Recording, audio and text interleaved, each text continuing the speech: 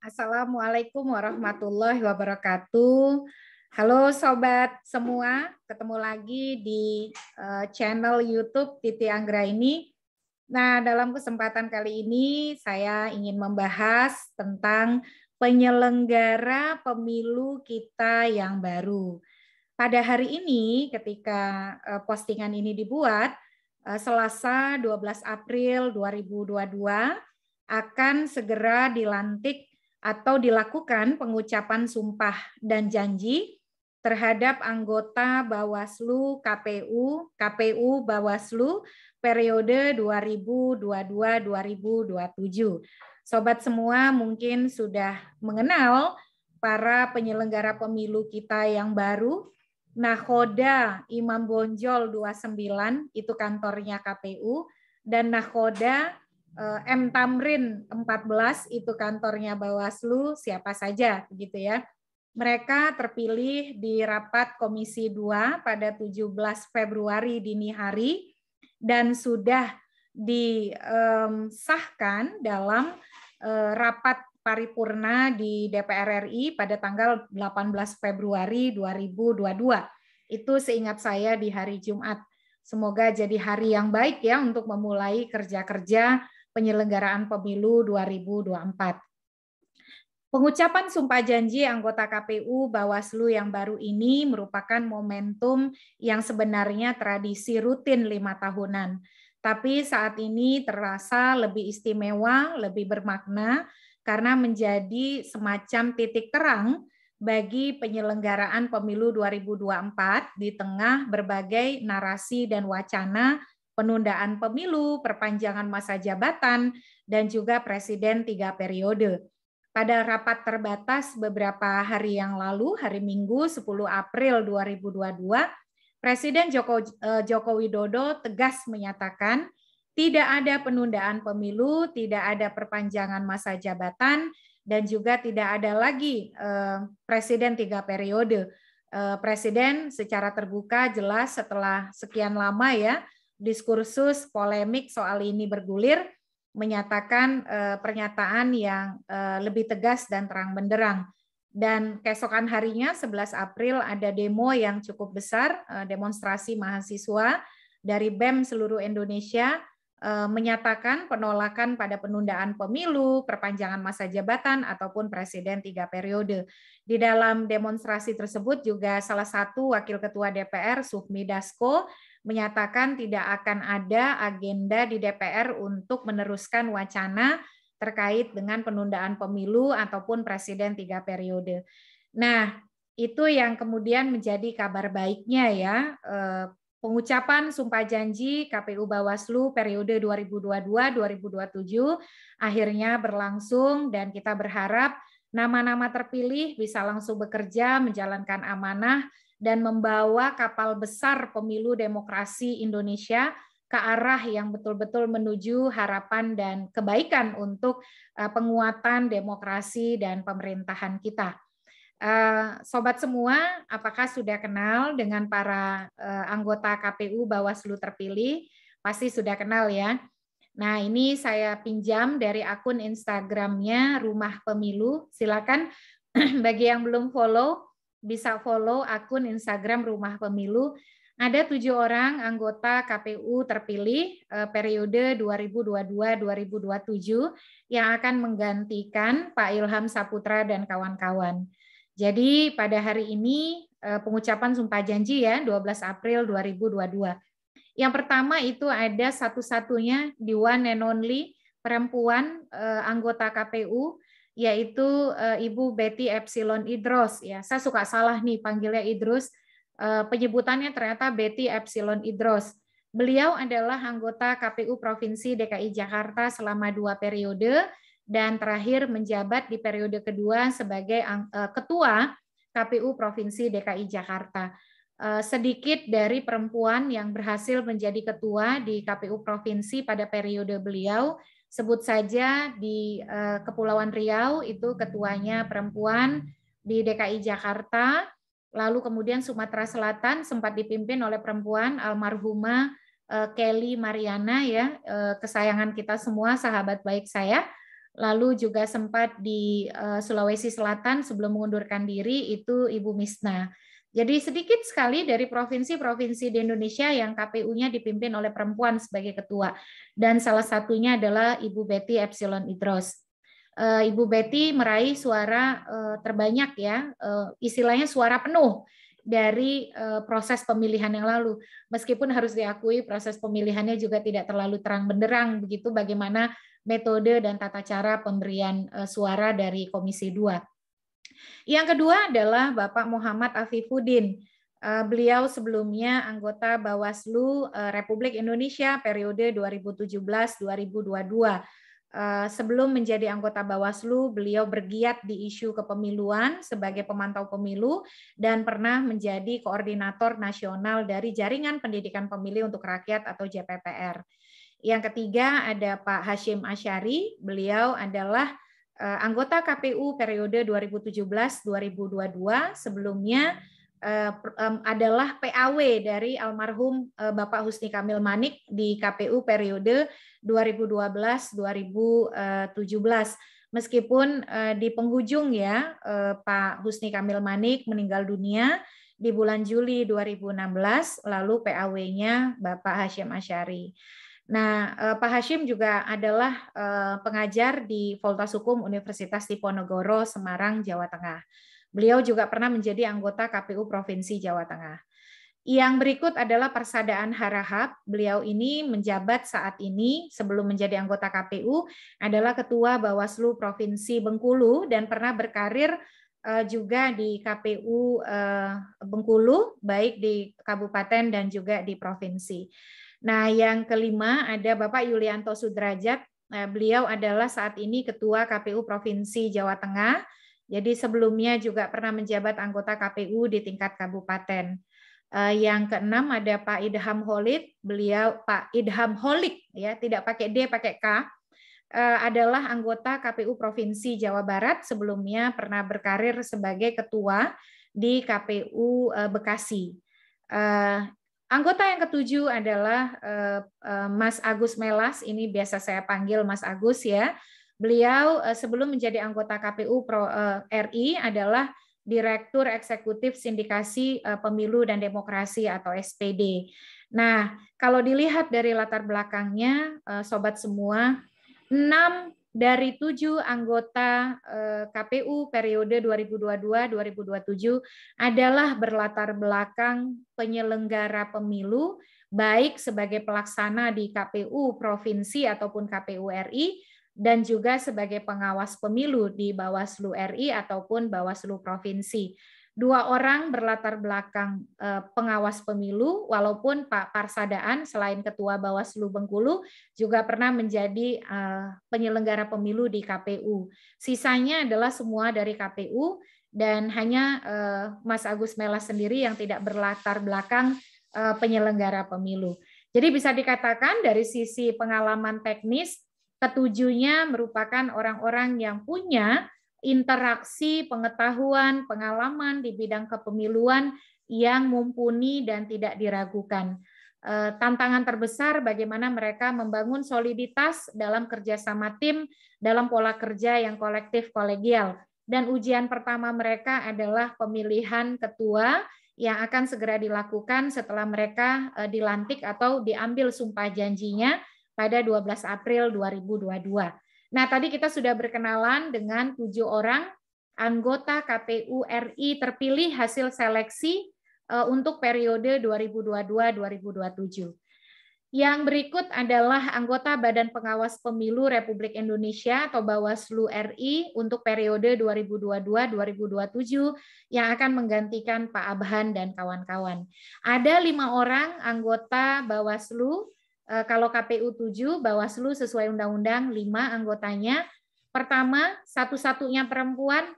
Saya termasuk yang paling mengkritik ya, keputusan DPR hanya meloloskan 1 orang perempuan, tapi yang lolos ini baik di KPU ataupun Bawaslu bukan perempuan biasa. Di Bawaslu ada Loli Suhenti, kalau Bawaslu Betty Epsilon Idros, kalau di KPU Betty Epsilon Idros, kalau di Bawaslu ada Mbak Loli Suhenti atau saya biasa panggil Teh Loli karena dari Jawa Barat. Beliau adalah anggota Bawaslu Provinsi Jawa Barat sebelum menjabat sebagai anggota Bawaslu RI. Berkarir panjang di dunia aktivisme, terutama di gerakan pemenuhan, penguatan, dan pengutamaan hak-hak perempuan ya. Yang kedua adalah Pak Puadi. Pak Puadi ini anggota Bawaslu Provinsi DKI Jakarta. Sebelumnya juga pernah menjabat di pengawas pemilu. Yang ketiga, Pak Rahmat Bagja adalah anggota Bawaslu periode 2017-2022. Jadi petahana yang terpilih kembali. Sedikit informasi, beliau alumnus Fakultas Hukum Universitas Indonesia, satu angkatan di bawah saya. Selamat ya Pak Bagja, ini membawa nama besar alma mater nih, semoga selalu amanah. Yang keempat ada Pak Totok Haryono. Pak Totok ya, saya biasanya panggilnya Pak Totok. Beliau adalah anggota Bawaslu Provinsi Jawa Timur, sebelumnya juga adalah Ketua KPU di Kabupaten Malang, begitu, selama 2 periode di KPU Kabupaten Malang. Dan Malang atau Batu ya, itu harus dicek tuh Pak Totok, ya antara Malang dan Batu lah. Saya lupa-lupa ingat, maaf ya Pak, tapi pernah berkiprah di kabupaten sebagai anggota KPU di kabupaten. Yang berikut adalah Pak Herwin Jeffler Malonda. Nah, namanya agak panjang Pak Herwin, mohon maaf tidak disebut full. Beliau saat ini adalah Ketua Bawaslu Provinsi Sulawesi Utara dan terpilih menjadi Bawaslu RI periode 2022-2027. Jadi sobat semua bisa lihat ya, dari 5 orang anggota Bawaslu RI, semuanya berlatar belakang sebagai pengawas pemilu. 4 orang anggota Bawaslu Provinsi dan 1 orang anggota Bawaslu RI. Jadi kalau tadi di KPU ada 2 yang berlatar belakang Bawaslu, walaupun juga Pak Parsa sempat menjadi anggota KPU ya, lalu 1 yang berlatar belakang pegiat pemilu atau aktivis pemilu, sisanya juga dari KPU semua ya. Kalau di Bawaslu ini eksklusif Bawaslu, semuanya berlatar belakang Bawaslu. Kita ucapkan selamat kepada KPU dan Bawaslu yang akan dilantik hari ini, selamat menjalankan amanah. Kalau bahasa dari Kompas ya, dalam artikel yang ditulis hari ini, menjadi penyelenggara pemilu itu adalah sebuah tugas yang kalau dikatakan ya, tugas yang sangat mulia gitu, mulia dan juga bisa dibilang tugas yang betul-betul prestisius ya, bergengsi begitu. Jadi tugas jabatan yang bergengsi kalau bahasa harian Kompas menulis soal anggota KPU Bawaslu. Tapi bukan hanya bergengsi dari sisi posisi di lingkungan sosial masyarakat, tapi punya peran bergengsi untuk menjaga pemilu dan demokrasi Indonesia. Saya suka mengatakan bahwa anggota KPU Bawaslu sebagai penyelenggara pemilu itu adalah duta kasat mata paling depan dari nilai-nilai dan prinsip-prinsip praktik berdemokrasi. Nilai prinsip demokrasi itu jujur, adil, terbuka, transparan, akuntabel, anti korupsi, menghargai, menghormati hak asasi manusia. Itulah yang mestinya tercermin dalam perilaku, tindak tanduk, dan perbuatan, perkataan, gerak-gerik penyelenggara pemilu. Mereka adalah figur tempat kita mempromosikan demokrasi, selain tentu saja para pejabat publik kita yang dipilih melalui proses pemilu. Penyelenggara pemilu yang non-partisan, mandiri, profesional, diharapkan meneguhkan, memberikan keyakinan kepada publik kita bahwa pemilu 2024 akan terselenggara secara luber, jurdil, demokratis karena berada di tangan orang-orang yang tepat, orang-orang yang kredibel, yang mumpuni, punya kapasitas dan integritas. Tentu sebagai publik kita harus mengawal, kita tidak bisa biarkan mereka bekerja sendiri, kita perlu memberikan dukungan, dorongan, tapi juga pengawasan. Karena tugas kita sebagai masyarakat, sebagai publik adalah melakukan peran kontrol terhadap para penyelenggara negara, penyelenggara pemerintahan, sehingga bekerja sesuai dengan tupoksi, ketentuan peraturan perundang-undangan, standar etika yang sudah menjadi panduan mereka di dalam bekerja. Nah, selain itu, penyelenggara pemilu 2024 mendatang akan menghadapi sejumlah tantangan begitu ya. Ini di layar sobat semua bisa melihat ada artikel bagus sekali dari Harian Kompas, saya kutip ya di sini, menjaga kesiapan penyelenggara pemilu 2024. Itu tulisannya bagus sekali artikel ini. Di sini diidentifikasi sejumlah potensi kendala penyelenggaraan pemilu serentak 2024. Makanya anggota KPU Bawaslu periode 2022-2027, kalau bahasa saya itu tidak ada momen untuk bulan madu begitu ya. Mereka ketika menjadi penyelenggara pemilu langsung harus tancap gas memastikan segala persiapan pemilu 2024 terlaksana dengan baik, mulai dari yang paling pertama, memastikan ketersediaan anggaran pemilu 2024 untuk bisa langsung bisa segera ketok palu, anggaran yang efektif, efisien, sesuai dengan peruntukan, dan juga disusun secara transparan, terbuka, dan akuntabel serta bertanggung jawab gitu ya.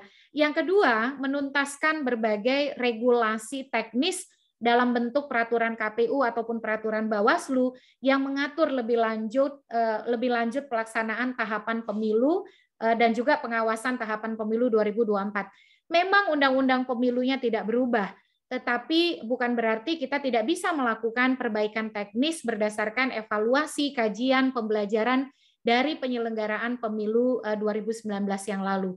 Undang-undang yang sudah ada tersedia mestinya bisa memudahkan di dalam mengidentifikasi kebutuhan-kebutuhan pengaturan lebih lanjut yang lebih baik untuk kepentingan pemilu 2024.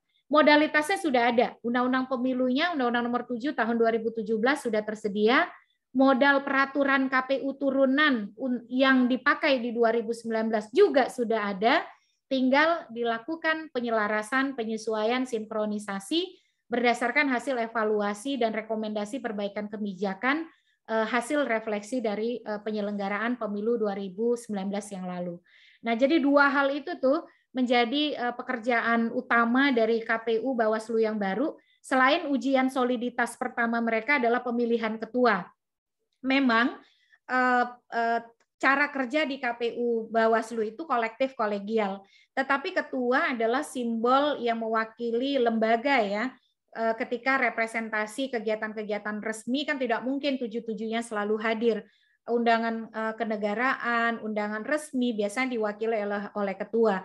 Pengambilan keputusan kolektif kolegial, tetapi punya ketua yang mampu mencitrakan soliditas di internal KPU Bawaslu, bagaimana kerja tim yang dinamis, yang profesional, yang cekatan, yang berintegritas, itu penting untuk bisa dihadirkan dari sosok ketua yang betul-betul bisa menjadi fasilitator baik bagi kelembagaan keanggotaan KPU Bawaslu 2022-2027.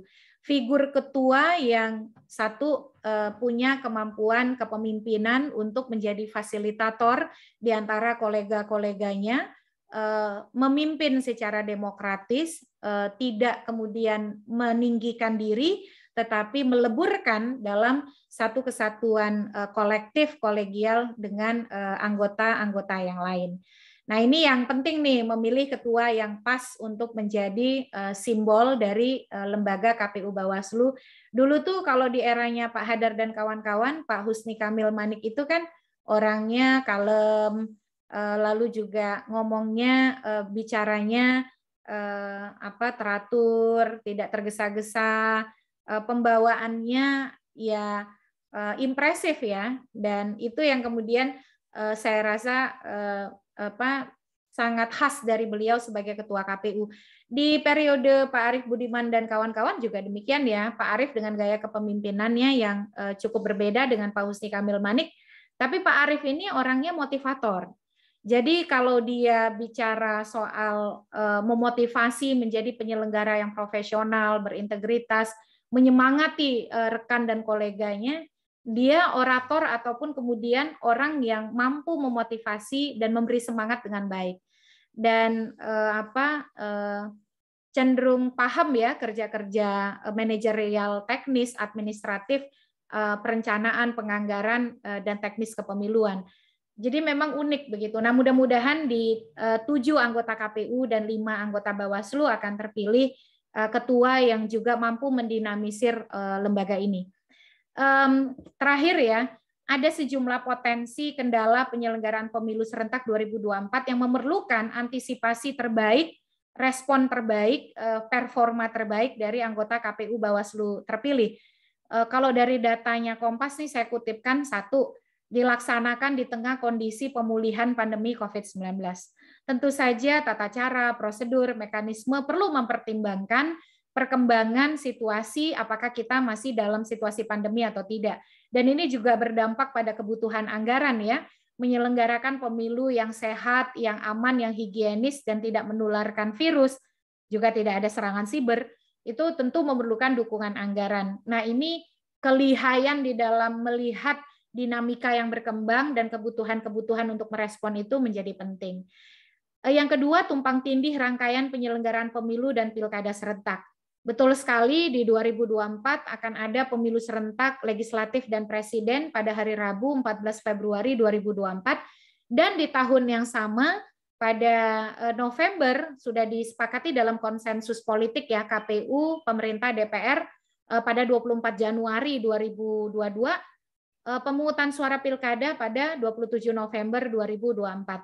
Berarti kan akan ada irisan nih, dan irisan tahapan ini menambah beban juga kerja-kerja di dalam mempersiapkan pemilu dan pilkada yang setidaknya energinya akan terbagi dan terambil begitu ya untuk 2 perhelatan besar, pemilu serentak dan pilkada yang berbarengan secara nasional. Yang ketiga, beban berat tugas para petugas KPPS untuk melakukan pemungutan penghitungan suara. Di 2019 berdasarkan data yang dirilis KPU, karena ekses kelelahan menyelenggarakan tugas yang sangat berat, 894 petugas meninggal dunia dan 5.100 lebih itu sakit begitu ya. Dan ini memerlukan terobosan inovasi dan juga tawaran solusi dari KPU yang baru, bagaimana meringankan, memudahkan, menyederhanakan beban tugas para petugas KPPS sehingga tidak membawa ekses kelelahan, bahkan jangan sampai ada yang meninggal dunia ataupun sakit. Yang keempat, distribusi surat suara dan logistik lainnya. Kita tahu ya, pemilu yang Indonesia ini the biggest one day election in the world, pemilu serentak 1 hari terbesar di dunia, ada 8.000 kandidat DPR lebih, lalu ribuan calon anggota, 200-an ribu calon anggota DPRD begitu ya, surat suaranya jutaan lembar, ratusan juta lembar begitu. Karena kalau pemilihnya 192 juta, ada 5 surat suara, maka 192 juta kali 5 surat suara berarti itu hampir 1 miliar ya surat suara saja gitu. Nah, yang berikut adalah keserentakan waktu pemungutan suara nih.